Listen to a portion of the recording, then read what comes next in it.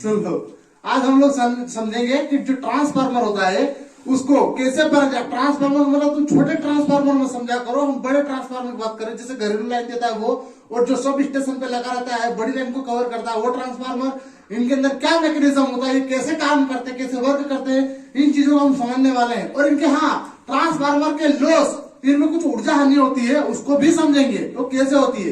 तो पहले आप ट्रांसफार्मर के मैकेनिज्म को समझ लो। देखिए ये ट्रांसफार्मर की बॉडी है, समझ रहे हो। इस ट्रांसफार्मर के साइड में कुछ लगे रहते हैं जैसे प्लेटें, जैसे ट्रांसफार्मर को किसी ने जाली लगाए रखी हो डिजाइन वगैरह। जालियां नहीं है वो, इनको रेडिएटर बोलते हैं। इनके अंदर ऑयल बहता है, गर्म ऑयल, वो ठंडा होता है। अब देखिएगा क्या करते हैं कि देखिए ये क्या है, एल्यूमिनियम के कोर होते हैं, समझ रहे हो। वैसे क्या है कि बहुत धाराओं के लोड से बचने के लिए इनको नरम धातु का बनाया जाता है। लेकिन अगर आपसे पूछा जाए कि जो कोर होते हैं ट्रांसफार्मर की पत्तियां जिनके अंदर वायरिंग लपेटी जाती है वो कौन सी धातु की बनाई जाती है, तो सिलिकॉन स्टील की बनाई जाती है। समझ रहे हो ना, क्या बोलोगे, सिलिकॉन स्टील की बनाई जाती है। कौन सी धातु की बनती है, सिलिकॉन स्टील की पत्तियां बनाई जाती है जिनको कोर कहते हैं। अब इनके अंदर से ऊर्जा इस पत्ती से उस पत्ती में ट्रांसफर नहीं होता, इनको लेमिनेटेड कर देते हैं। लेमिनेटेड मतलब जानते ना, इनके ऊपर पॉलिश चढ़ाई जाती है जिससे विद्युत का प्रवाह इस पत्ती से पत्ती में न हो। और इनको एक ही लोहे से नहीं होता, पतली पत्ती कई सारी पत्तियां लगाते हैं। और कुछ पत्तियां 3 शेप में होती है, तो इनमें 3 शेप की पत्तियों में 3 तरह की वाइडिंग होती है। देख लीजिए, उसका फोटो ओपन कर दूंगा, है ना। 3 फेस वाइडिंग कहते हैं उसको। जो ज्यादा बड़ा ट्रांसफार्मर होते हैं 3 फेस के होते हैं। छोटे ट्रांसफार्मर, गांव छोटा है तो 2 फेस में काम बन जाता है, लेकिन गांव बड़ा है तो 3 फेस की जरूरत पड़ेगी, महंगा भी आता है ना। सिंगल फेस यानी 2 कुंडलियां, प्राइमरी सेकेंडरी, उसको सिंगल फेस ट्रांसफार्मर होता है। अब इनकी कुंडलियां इन पत्तियों के ऊपर लपेट दी, प्राइमरी सेकेंडरी थर्ड लपेट दी ना। और लपेटने के बाद इनको क्या करते हैं, इस ट्रांसफार्मर का ये है बॉडी है, मेन बॉडी है। यहां से आता कि मेन बॉडी, इसका फोटो ओपन कर दूंगा। मेन बॉडी के अंदर तीनों पत्तियों को डुबो देते हैं, वाइडिंग किए हुए, समझ लो। और इनका कनेक्शन किससे कर देते हैं, आगे लगे हैं बूजिंग, है ना। इनको टर्मिनल, जैसे बैटरी में टर्मिनल का पॉइंट जिनसे हम तार लेते, करंट लेते हैं, ऐसे इनके ऊपर बूजिंग लगे रहते हैं, इनको टर्मिनल लगे तो बूजिंग कहेंगे।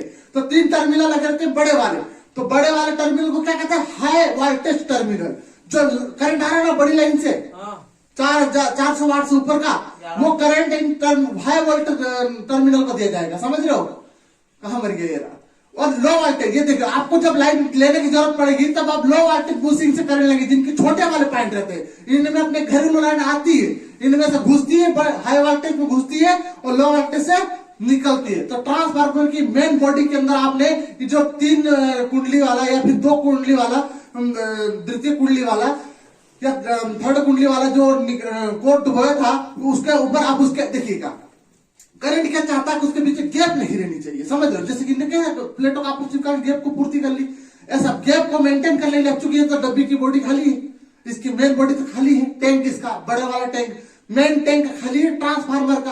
तो उसकी गैप को पूरा करने के लिए हम क्या करते हैं, इसके अंदर गाढ़ा ऑयल भर देते हैं, तगड़े वाला, है ना। अब जो कि इसकी कुंडली के बीच जो गैप है उसकी भी पूर्ति कर देगा और टैंक के अंदर भरा भी पूर्ति कर लेगा। अब जिसमें विद्युत का संचालन होता है तो विद्युत का क्षरण नहीं होता, पर्याप्त वृद्धि हो जाती है, समझ रहे हो। अब देखिएगा, चूंकि ट्रांसफार्मर के अंदर विद्युत हाई वोल्टेज क्या आ रही है तो गर्म होगा ना कुंडलियां। अब गर्म होगी तो ये पूरा गर्म होगा, पूरा ऑयल गर्म होगा। तो आपने एक चीज नोटिस किया, दूध जब गर्म होता तो उबाल आता है। कोई भी चीज अगर आपने गर्म होने के लिए रख दी तो उसमें उबाल आ जाता है, तो उबर के उस बर्तन से आउट ऑफ कंट्रोल होकर नीचे गिरने लगती होता है ना। तो यह बहुत पूरा दिन लाइट कभी बंद होती नहीं है, तो पूरा दिन चलता रहता है। और ट्रांसफार्मर में ऑयल उबलेगा तो सोच रहा, इस ढक्कन से अगर इस बॉडी को पैक कर दे तो बॉडी को फोड़ देगा, उबाल आएगा तो वाष्प बनेगा, ज्यादा उबाल आएगा, टेम्परेचर हाई होगा ऑयल का, तो डब्बे को तो फोड़ देगा। तो इस प्रक्रिया से बचने के लिए क्या करते हैं, इस ट्रांसफार्मर के ऊपर एक लगाते हैं ऑयल कंजर्वेशन टैंक, छोटा टैंक। वो डिब्बी के माथे में टैंक देखा, छोटा ड्रम टाइप का, ढोलक टाइप का, वो ढोलक टाइप का ऑयल कंजर्वेशन टैंक है, समझ लो। इसके अंदर भी ऑयल भरते, पर इसको आधा भर जाता है। देखिएगा ये फोटो को ओपन कर दिया साइड में, इसको कितना भरते हैं, आधा। कंजर्वेशन टैंक को आधा भरते हैं, क्योंकि अगर उसमें आधा भरा तो जानिएगा ऑयल खोलेगा इसका तो ये उबाल देगा तो वो आधा है ना पूरा भर जाएगा, उबलेगा तो, समझ लो। तो वो पूरा फिर जाएगा, गर्म होगा तो ठंडा होगा। अगर बाय चांस इसका ऑयल जल के थोड़ा कम हो जाएगा तो आधा भरा हुआ टैंक में से थोड़ा ऑयल भी इसकी पूर्ति कर देगा, किसकी, मेन टैंक की। समझ आ रहा है ना बात को। अब तो यहाँ पे भी प्रॉब्लम हो गया। अब चूंकि ट्रांसफार्मर अब गर्म दे रहा है तो गर्म हवा को बाहर भी छोड़ेगा और ठंडी हवा को अंदर भी लेगा। तो गर्म हवा को बाहर छोड़ने के लिए और ठंडी हवा को अंदर लेने के लिए ट्रांसफार्मर की बॉडी के साइड में क्या लगाते हैं, देखिएगा, breather in silica gel. Transformer की बॉडी में जस्ट देखिएगा, ये जो कंजर्वेशन टैंक है ना, इसके जस्ट साइड में एक ग्लू के डिजाइन का, बल्ब डिजाइन का लगा देते हैं, जिसको किसी ब्रीथर कहते हैं। क्या कहते हैं? ब्रीथर। ब्रीथर के अंदर सिलिका जेल भरता है। सिलिका जेल का होता है, कभी कभी हम नए प्रोडक्ट लाते हैं इलेक्ट्रॉनिक, जो लोहे धातु, जैसे लैपटॉप भी खरीदा तो उसके अंदर सिलिका जेल की सी पुड़ियां आती है दानेदार, तो हम उसको सब लैपटॉप का पार्ट है अवेयर के रखते हैं, वो पार्ट नहीं है। अब जानिए, सिलिका जेल में एक फैसिलिटी होती है, पानी जैसा ना, प्रकृति में पानी H2O वाष्प रूप में मूवमेंट कर रहा है, तो वो उसको सड़ाई नहीं, उसको सीलन ना दे, उसके अंदर जंग ना लगे, तो उसको बचाने के लिए सिलिका जेल की पूड़ी रखते हैं, जो पानी H2O की नमी को सोख लेता है। कौन? Silica gel. तो अब इसके अंदर भी सिलिका जेल भरती है डब्बी के अंदर, समझ लो, और इसको लगाते हैं ट्रांसफार्मर की ढोलक के साइड में, वहां पे कंजर्वेशन टैंक के साइड में, क्योंकि यहां से सांस लेगा तो अब उसके अंदर नमी भी आएगी, क्योंकि वातावरण में तो नमी प्रेजेंट है। सर इसमें काना करे कौन, कहां से देखना, ये रहा साइड में एक होल, इससे लेगा, इसके अंदर हवा जाएगी, जिसकी नमी को सोख लेगा ये सिलिका जेल, और उस मेन पाइप से प्योर हवा को ले लेगा, फिल्ट्रेशन। अब इस ससुरा की, अब देखिए, अब यहाँ से तो हवा को तो प्योर कर लिया, अभी डिप या ट्रांसफार्मर क्या है, मार्केट के बीचों भी लगा गाँव क्षेत्र में, तो वहां पे धुआं उड़ेगा भीड़ भड़क्कड़ में, तो उसको बचाने के लिए क्या करते हैं, इस ना ब्रीथर के जस्ट नीचे ऑयल की 2-3 बूंद के एक लेवल भर देते हैं, छोटा सा, इसके नीचे देखिए आई लेवल लिखा है, आई लेवल भरता है। क्यों? क्योंकि ये क्या करता है, जो धूल के कण उड़ते हैं उनको चिपका लेता है अपने पास। कौन? ये आयल लेवल, समझ लो, आयल को चिपका लिया इसने, प्योर ऑक्सीजन दे दिया उसने ब्रीथर ने, समझ लो।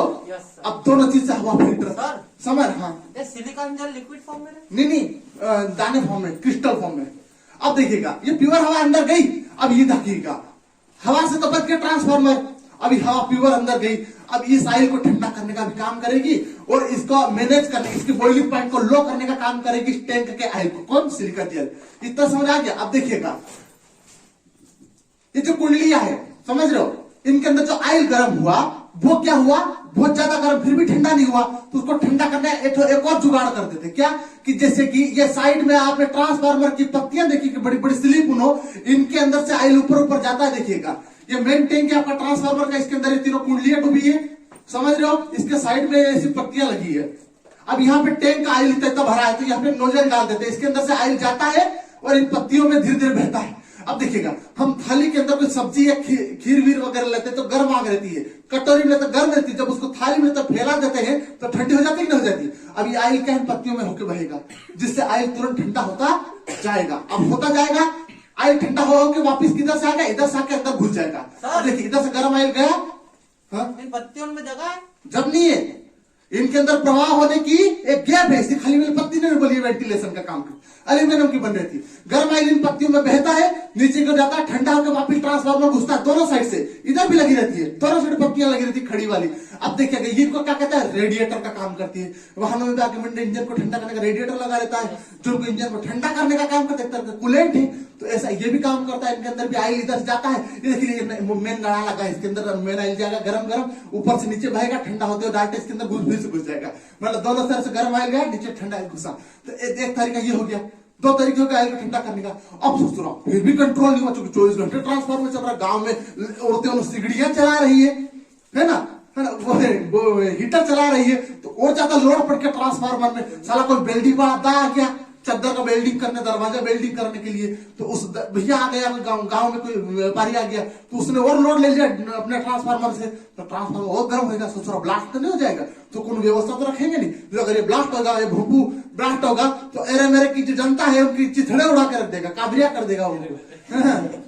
तो देखिएगा, उसको दिखाने का क्या जुगाड़ है, देखिए इसने बनाया ना इंजीनियर ने, इस देखिए, ट्रांसफार्मर के कंजर्वेशन टैंक और ट्रांसफार्मर के मेन टैंक के बीच अभी एक स्विच लगा, जिसको बुक्कुज रिले स्विच कहते हैं। क्या कहते हैं? बुक्कुज रिले स्विच। ये एक मशीन होती है इस टाइप की, इधर से नोजल आता है, उधर से निकल जाता है, इसके अंदर मशीन लगी रहती है, मरकरी बेस्ड होती है। अब जैसे इसके अंदर हाई गर्मी वाला आयल अंदर घुसता है, तो ये सोच रहा मरकरी क्या है, गर्मी में जैसे एक्टिवेट हो जाता है, तो ये आटा स्विच होता है एक तरह से, झम से जो ऊपर उठता है, नीचे से उठता है, ये देखिए क्या पॉइंट लगा हुआ, ऊपर उठेगा, और उसके मेन स्विच का पॉइंट लगा रहता है ऊपर ही ऊपर, वो मेन लाइन का, उसको दबाई देता तो फट से लाइन बंद हो जाती है। डिप्पी की लाइट गई, अरे ओ बिल्डिंग, अरे लाइट चली गई, थोड़ी देर इंतजार कर लेते लाइट आएगी, तब डिप्पी ठंडी। तब तक डिप्पी ठंडी, सांस लेने का मौका मिल गया। तो बुक्कू सीधी काम करता है, ये वो लाइन में नहीं करता, ये इसका ही काम है। बहुत चालू पड़ता ससुर, आपको पता चला अभी तक? बहुत चालू बदमाश आदमी, खुद में खुद लाइट को बंद करता है। और इंजाम बेचारा है ना, सब स्टेशन वाले डिस्ट्रीब्यूटर सब डिस्ट्रीब्यूटर डलवा दे, उसने लाइन बंद कर दिया है, उसने नहीं किया, बुक्कू ने किया। चालू बदमाश 24 घंटा डिप्पी चला चला के, ट्रांसफार्मर चला चला के हमने उसको डिस्टर्ब किया है, तब गर्म हो गया है बहुत ज्यादा, ओवर लोड हो गया है डिप्पी अपना। मतलब डिप्पी हमारे गांव की भाषा में ट्रांसफार्मर को डिप्पी कहते हैं।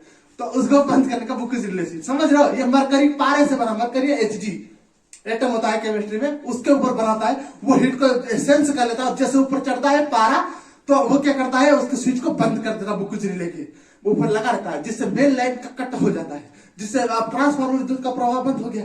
समझ लो, एक तो ये होगा। अब अपने आप नीचे आ जाओ। हाँ, अपने आप नीचे जाता है, जैसे ठंडी हो जाती है, हाँ बंद हो गया, किसी ने उसको उंगली करना बंद कर दिया। भीड़ जैसे कि अपने घर में शादी ब्याह रहता है तो माथे में जोर लगा रहता है, भाई बहनों क्या करके माथे गर्म कर देती है। तो अपन कैसा कहीं जाके बर्फ की झोपड़ी में छुप जाते हैं, मतलब शादी ब्याह के श्रीखंड बन रहा हो, आप जाके माहौल ठंडा मिलता है, फिर गर्मी थोड़ी चली जाएगी, हाई गर्मी से लो गर्मी हो जाती है और फिर हमें आराम मिलता है, हम वापिस जाते हैं लेडीज, हाँ हो गया कार्यक्रम निपट गया, चलो चलो चलो, उनको भगा देते हैं। ऐसा था। अब ये तो हो गया सेकंड ऑप्शन, डीपी को ब्लास्ट होने से बचाने का। अब एक और भी ऑप्शन होता है, ये भोंपू लगाते थे साइड में, देखिएगा ये जो ट्रांसफार्मर के साइड में जो वो लगाया है साइलेंसर, ट्रैक्टर का साइलेंसर जैसा भोंपू।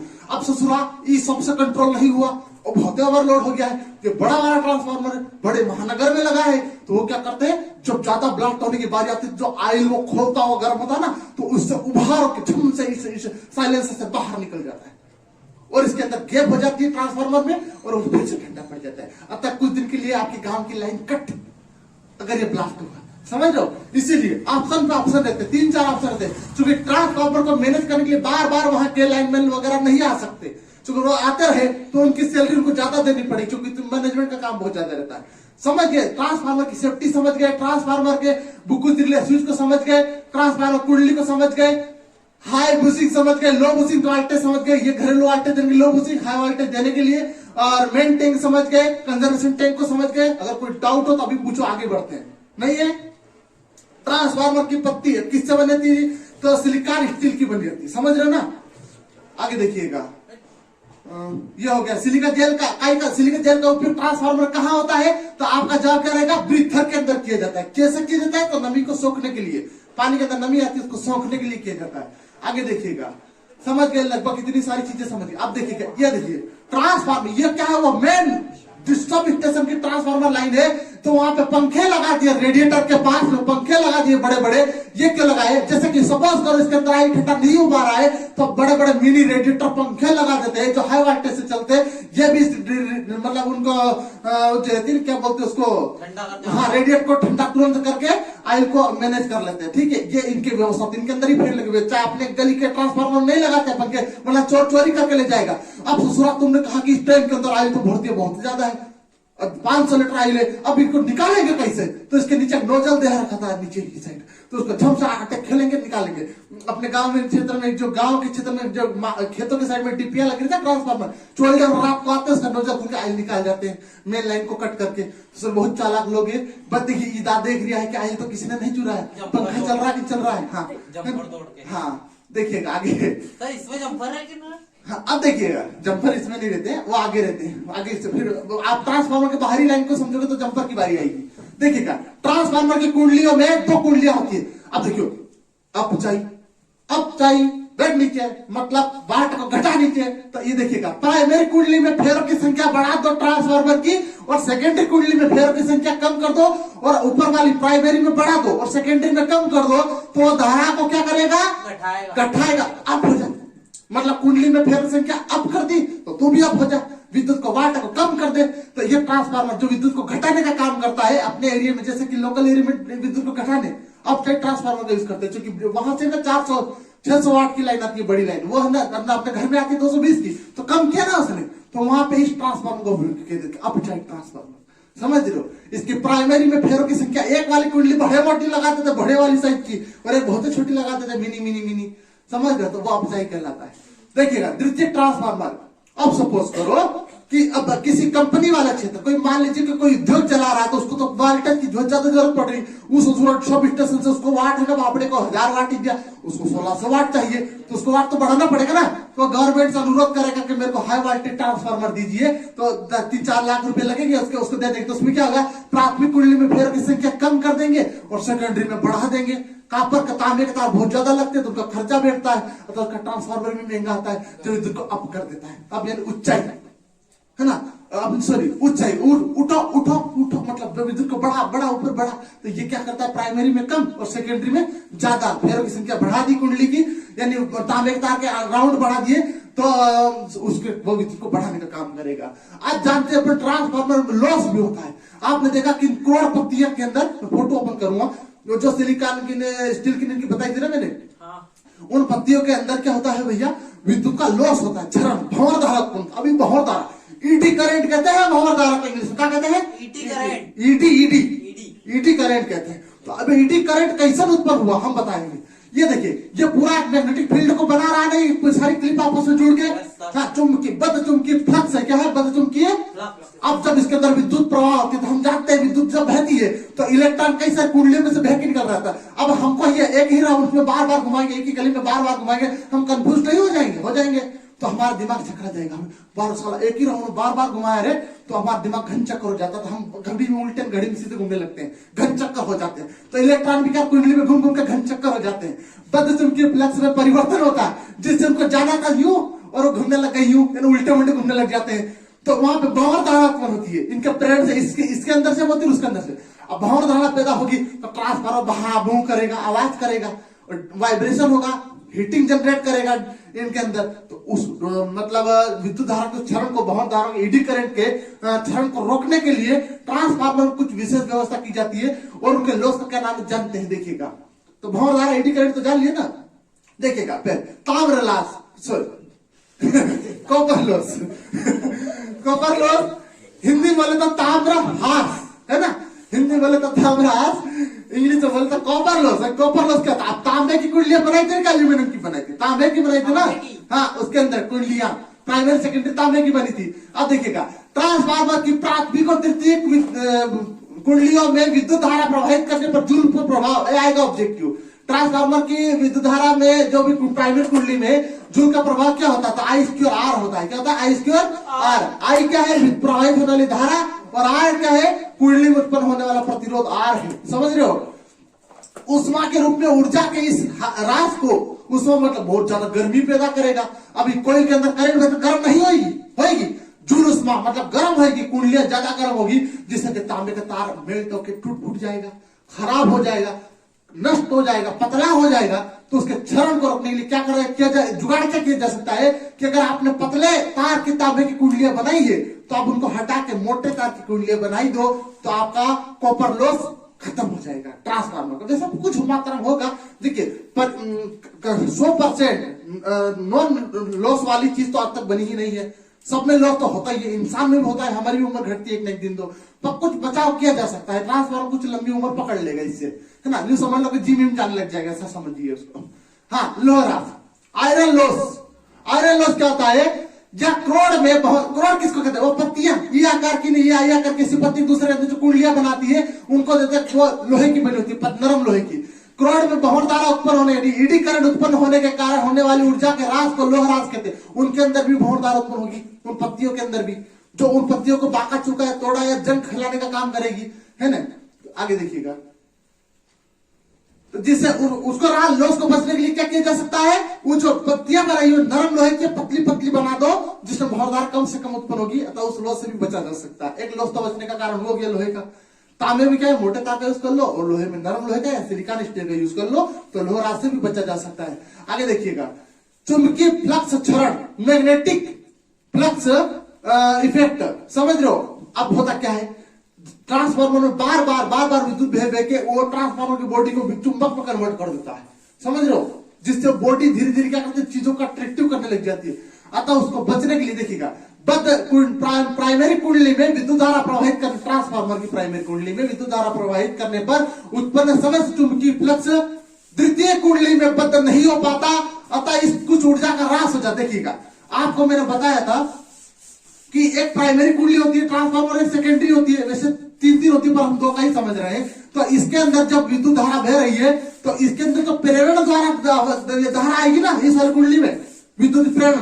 तो अब ये सारी की सारी मान लीजिए इसमें 100% धारा आपने दी थी, तो इसमें 100 का पहुंचते 50 ही पहुंच पा रही होगी। ये कह रही हमको तो 100 की डिमांड थी तो 50 भेज रही, बहुत गलत कर रही है। तो अब जिसे कहते हैं चुंबकीय फ्लक्स क्षरण, समझ रहे हो। अब ये सारा बीच वाली धारा कहां गई, ये भटक गई, इनको जाना इधर था और ये चली गई इधर, बॉडी के साइड से जुड़ गई। तो बॉडी मैग्नेटिक फील्ड वो ट्रांसफार्मर करने के झटका देने लग गया, तभी तो वहां जालियां लगा देते कि इसके पास मत जा रहे, टच करेगा तो धुआं निकाल देगा। ये मैग्नेटिक फील्ड का कारण चुंबकीय फ्लक्स का, समझ रहे हो। अतः उससे बचने के लिए क्या करते हैं, उसे कम करने के लिए प्राइमरी कुंडली के ऊपर ही द्वितीय कुंडली के तार को लपेटा, जिसका जुगाड़ करवाए। फिर वैज्ञानिक लोग आए, उन्होंने क्या जुगाड़ कराया, क्या सेकेंडरी कुंडली को दूर स्थापित करने से बेहतर होगा कि हमें क्या करें, एक ही स्तंभ बनाए ऐसा टी आकार का, उसके अंदर ही प्राइमरी कुंडली पहले लपेट दे, उसके दो तार निकाल दे, और सेकेंडरी कुंडली को क्या यहाँ पे इंसुलेटर यानी कि कुछ ऐसा लगाते हैं पत्तियां प्लास्टिक, जो कि विद्युत का प्रभाव नहीं होने देती, समझ, लेमिनेटेड कर देते हैं, या फिर इंसुलेटर लपेट देते हैं इसके ऊपर, और उसके ऊपर द्वितीय कुंडली के तार लपेट दिए जाते हैं, समझ रहे हो। अतः प्राइमरी कुंडली में करंट आया तो सेकेंडरी कुंडली जस्ट उसके ऊपर ही बैठी है, आने जाने फट से ट्रांसफर इसके अंदर हो जाएगा करंट का। अतः इसमें विद्युत चुंबकीय फ्लक्स का क्षरण नहीं होगा, समझ आया ना। प्राइमरी के ऊपर ही सेकेंडरी को लपेट देते हैं इंसुलेटर या लेमिनेटेड करने के बाद, नहीं तो करंट साला फाड़ हो जाएगा उधर, समझ रहे हो। यह जुगाड़ भी कर सकते हो। सेथिल राज प्राथमिक कुंडली में प्रत्यावर्त यानी ऐसी करंट जब बाहर देते हैं प्राइमरी कुंडली में ट्रांसफार्मर की, ऐसी करंट जब जाता है, ऐसे ही जाता है, डीसी कौन भेजता है, कोई तो नहीं भेजता है। तो देखिए प्रवाहित करने पर करोड़ बार चुंबकित होता है। करोड़ क्या होता है, ये पत्तियां जो ट्रांसफार्मर की पत्तियां जो होती है ना, एक के ऊपर एक लगी रहती, बारी मैंने बताया था ना आपको, नरम लोहे की बनाते हैं, ये आकार की पत्तियां।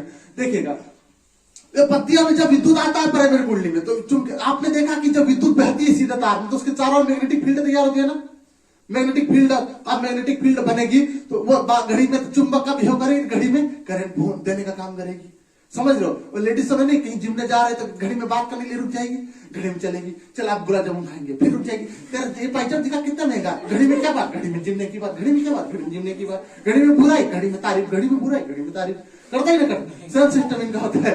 तो ये क्या करते हैं, उससे बचने के लिए इससे क्या करते हैं, जिससे कुछ ऊर्जा का ह्रास होता रहता है, इससे ह्रास को शिथिल ह्रास कहते हैं। शिथिल ह्रास को कम करने के लिए नरम लोहे के क्रोड का प्रयुक्त किया जाता है। देखो वो एक सोल्यूशन हो गया, एक सोल्यूशन में दो काम बनेगा, शिथिल ह्रास बच जाएगा आपका, और एक लोह ह्रास भी यानी आयरन लॉस भी बच जाएगा, है ना। अगर उसको नरम लोहे की पत्तियां बना दी जाए और सिलिकॉन स्टील की बना दी जाए तो वो बच जाएगा, है ना। ट्रांसफार्मर काफी सेफ्टी बन जाएगी, अतः आपका ट्रांसफार्मर लंबी उम्र पकड़ लेगा। तो आप ट्रांसफार्मर के लॉस, ट्रांसफार्मर की बॉडी के पार्ट के बारे में सब कुछ जाने के नहीं, कोई डाउट है तभी पूछ लीजिए।